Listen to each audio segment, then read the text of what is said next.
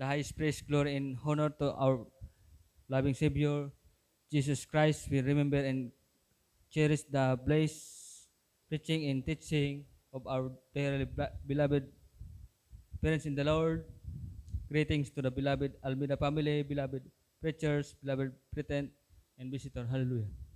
Nagpasalamat po ko sa mahal na Panginoong Hesus na muli po ko maghayag po ng kabutihan na ginawa po sa amin ng mahal na Panginoong Hesus na hallelujah na muli po kami naka-street po ng pagdalo po ng 3 times a week na hallelujah na nakaraan po ng linggo na hindi ko po na nakadala po kami na dahil sa dahilan po ng sugat sa akin pa na sa kabagan po na 2 days po fasting po na pinagaling po ng malaping Isus. Hallelujah.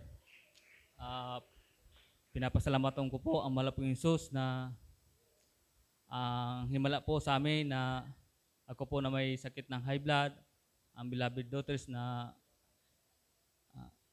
may demoposis po yan, at sa aking beloved wife na may insomnia po yan, 3 taon na po yan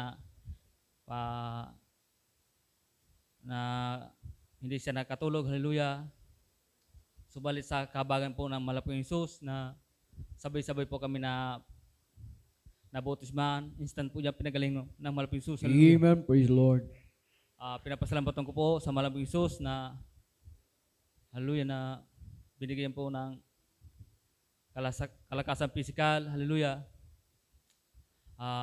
Pinapasalamatan ko po ang malaping Isus na sa provide po ng aming pangangailangan na pang-araw-araw na mayroon pong ginagamit po ang malaping Isus na sa aming pagdadalo, nakakakuha po kami ng panggasolina sa pagkain. Hallelujah. Mayroon pong ginagamit po ng malaping Isus.